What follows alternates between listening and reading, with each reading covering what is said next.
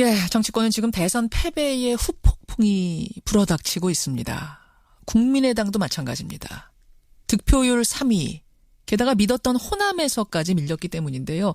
어제 박지원 대표를 비롯한 지도부는 패배의 책임을 지고 일괄 사퇴했습니다. 문재인 대통령은 국민의당을 방문했죠. 같은 뿌리다. 특별한 협력을 당부했습니다. 국민의당 앞으로 어떻게 되는 걸까요? 또 협치에 대한 생각은 어떨까요? 이분 만나보죠. 이상돈 의원 연결이 돼 있습니다. 이상돈 의원님 안녕하세요. 네, 안녕하십니까. 당 분위기 어떤가요 지금? 조금 어수선하다고 봐야 되겠죠. 어수선. 네, 그렇습니다. 네. 그러니까 제가 앞에서도 말씀드렸습니다만 좀 희한한 것이 국민의당 지역구 의원 가운데 80%가 호남의 지역구를 두고 있고 자타공인 호남에서 가장 지지를 많이 받는 당이었는데 어떻게 호남에서도 득표율 2위 그것도 문재인 대통령의 반토막밖에 못 나왔는가. 이거 어떻게 생각하세요?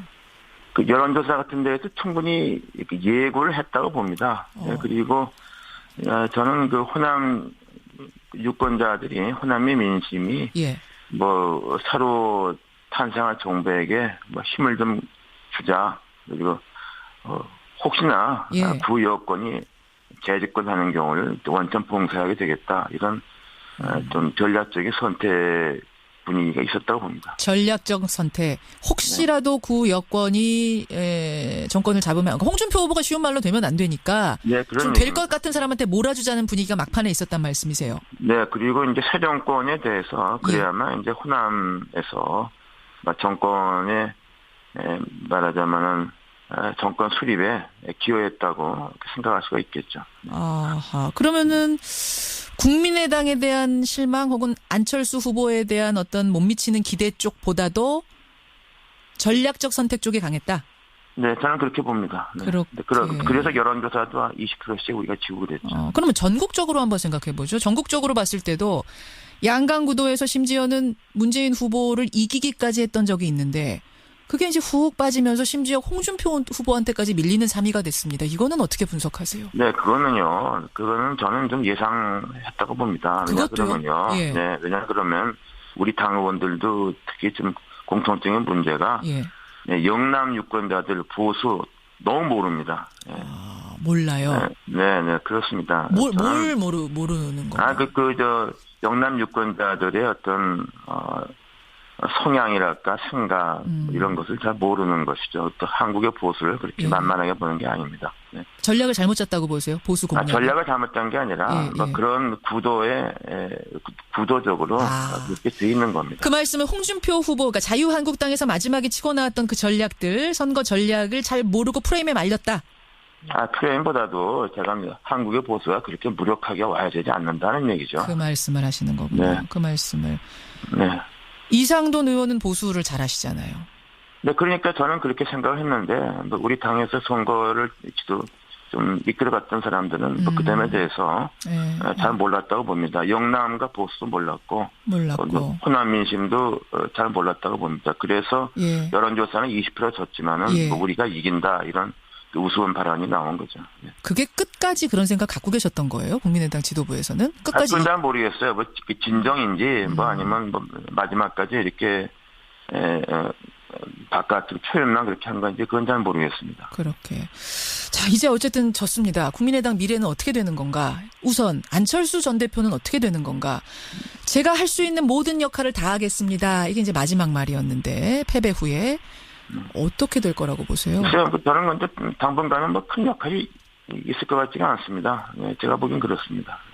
큰 역할이 있을 것 같지 않다? 당분간은 그럼 떠나 있고 그다음에 어떤 차기를 위한 발판 다시 다지는 겁니까? 어떻게 되는 겁니까? 그거는 본인이 알아서 하는 것이겠는데 과연 그렇게 되겠느냐 하는 것은 좀 객관적인 평가는 다르다고 봅니다.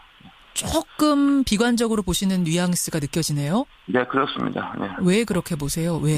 이번 선거를 통해서 후보 본인의 역량이 부족하다는 것이 많이 좀 드러나지 않았습니까? 그리고 또 하나는 우리 국민의당의 당과 조직의 역량도 부족했고, 그래서 제가 보기에는 집권하는데 좀 부족했다고 봅니다. 저는 2012년 대선을 치러본 사람은 아닙니까? 대통령 선거가 승리한다는 게 그게 보통 일이 아닙니다. 보통 일이 쉽게 되는 게 아닙니다. 근데 쭉 이렇게 보시니까 야 이거 조금 힘들겠다는 생각을 이 교수는 이 의원은 역량이 기본적으로 좀 부족했다고 생각하는 거죠. 후보 개인의 역량도 부족했다. 과연 차기라고 쉽겠는가 녹록하겠는가 이런 생각을 하시는 거예요? 네, 그렇죠. 그리고 당과 조직의 역량도 부족하고 이것이 뭐 단기간 내에 보완될 가능성도 그렇게 쉽지 않다고 봅니다. 매우 어렵다고 봅니다. 어렵다고까지? 지금 굉장히 당을 향해서 아주 따가운 쓴소리를 하고 계시는데. 냉철한 평가를 하는 거죠. 냉철한 평가. 그래서 그런가 지금 당에서 이 국민의당을 두고 어떤 얘기가 나오냐면 이미 민주당으로의 이동을 노크하는 사람들이 있다. 지방선거 내년 앞두고 당이 흡수 통합될지도 모른다. 이른바 합당될지도 모른다라는 얘기가 나옵니다.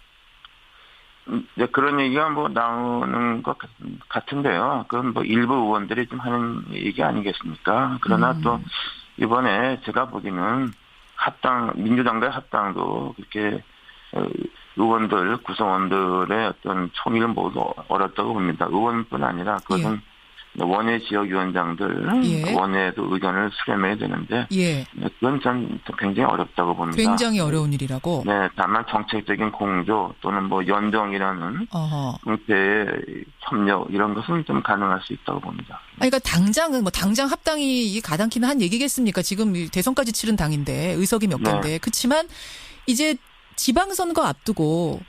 호남에서의 지지 기반이 흔들린다는 생각이 들면은 뭐 의원들이나 혹은 출마하려는 사람들이 우리 합당하자 이렇게 나오는 건 아닌가 싶어서요. 근데 호남에서는 어차피 민주당과 우리 국민의당 후보가 또 다들 경쟁하지 않겠습니까? 예. 네, 그러니까 지방선거를 통해서 한번 또 민심의 심판을 받아야 한답니다. 그래서 그 후에 지방선거에서 이번 같은 결론이 나온다 그러면은.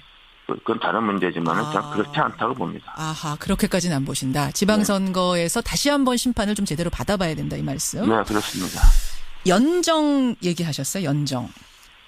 사실은 이제 문재인 대통령도 대통합을 위한 당을 뛰어넘는 인사를 하겠다 이런 얘기를 했습니다. 당적을 뛰어넘는 인사.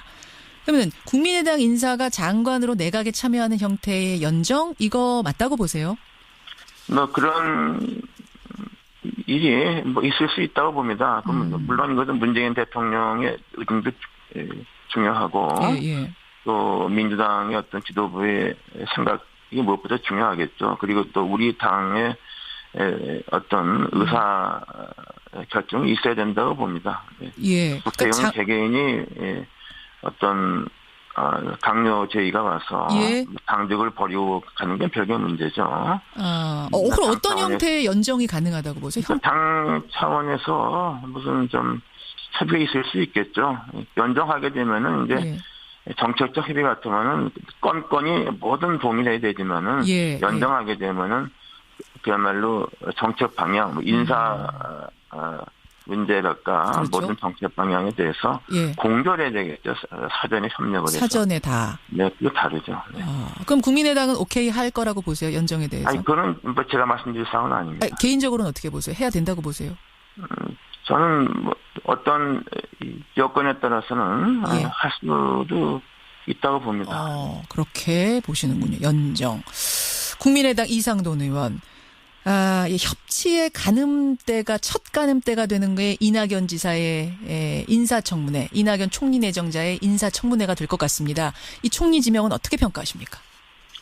저는 무난한 인사라고 봅니다. 다만 현직 도지사이기 때문에 임기를 못 채우고 총리를 맡는다는 거, 그게 하나 문제지.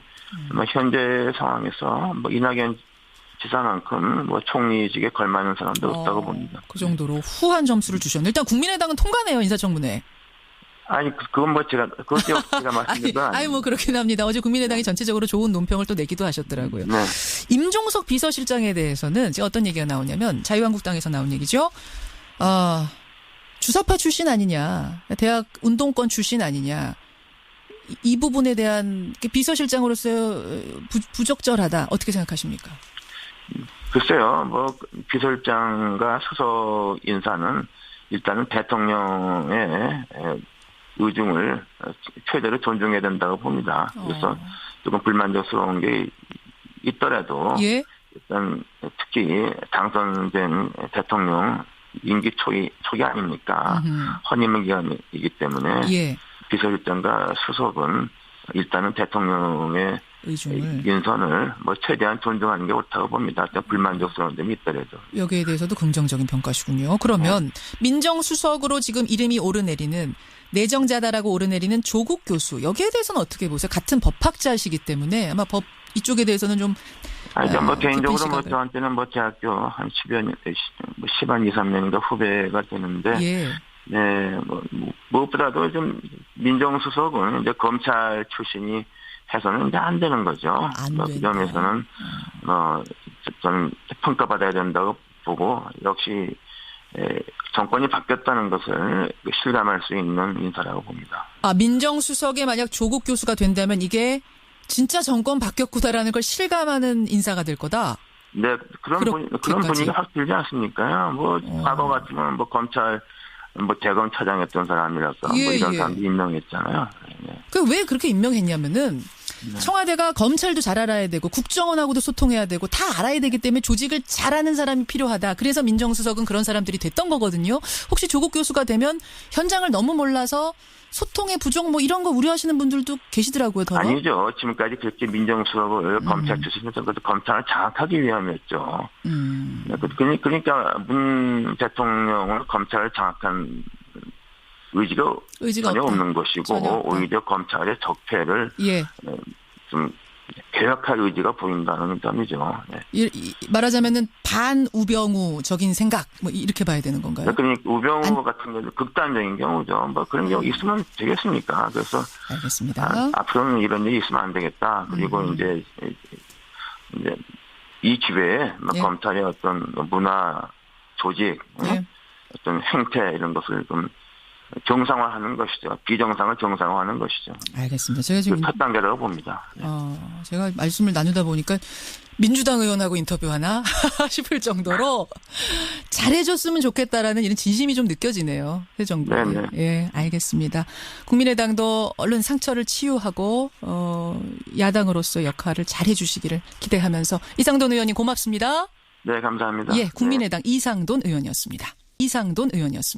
이들 선거 전략을 잘 모르고 프레임에 말렸다. 프레임보다도 제가 한국의 보수가 그렇게 무력하게 와야 되지 않는다는 얘기죠. 그 말씀을 하시는 거군요. 네. 그 말씀을. 네.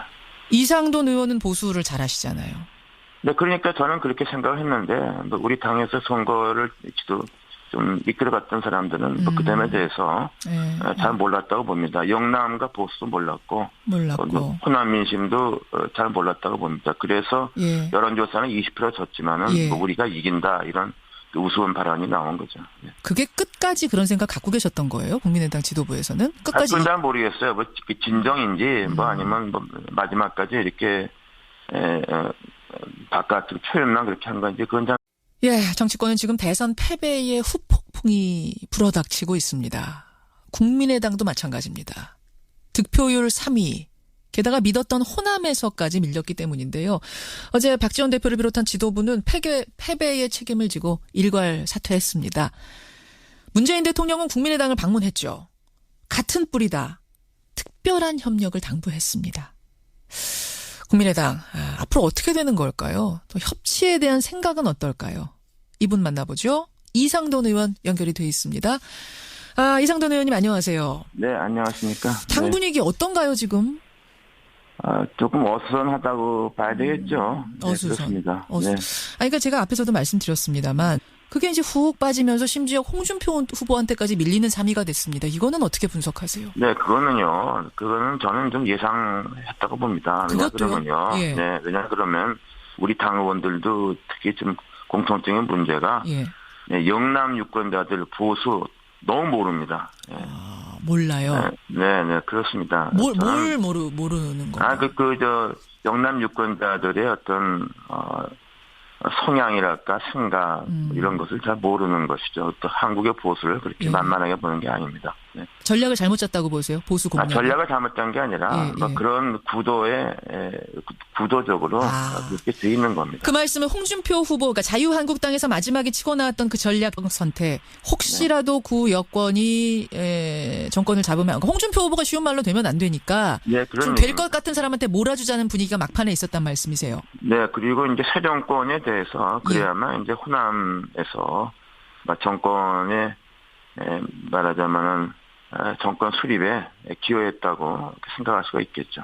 아하. 그러면은 국민의당에 대한 실망 혹은 안철수 후보에 대한 어떤 못 미치는 기대 쪽보다도 전략적 선택 쪽이 강했다? 네, 저는 그렇게 봅니다. 네. 그래서 여론조사도 20%씩 우리가 지고 그랬죠. 그러면 전국적으로 한번 생각해 보죠. 전국적으로 봤을 때도 양강 구도에서 심지어는 문재인 후보를 이기기까지 했던 적이 있는데 좀 희한한 것이 국민의당 지역구 의원 가운데 80%가 호남의 지역구를 두고 있고 자타공인 호남에서 가장 지지를 많이 받는 당이었는데 어떻게 호남에서도 득표율 2위 그것도 문재인 대통령의 반토막밖에 못 나왔는가. 이거 어떻게 생각하세요? 그 여론조사 같은 데에도 충분히 예고를 했다고 봅니다. 그리고 저는 그 호남 유권자들이 호남의 민심이 새로 탄생한 정부에게 힘을 좀 주자. 그리고 혹시나 구 여권이 재집권하는 경우를 원천 봉쇄하게 되겠다. 이런 좀 전략적인 선택 분위기가 있었다고 봅니다. 전략적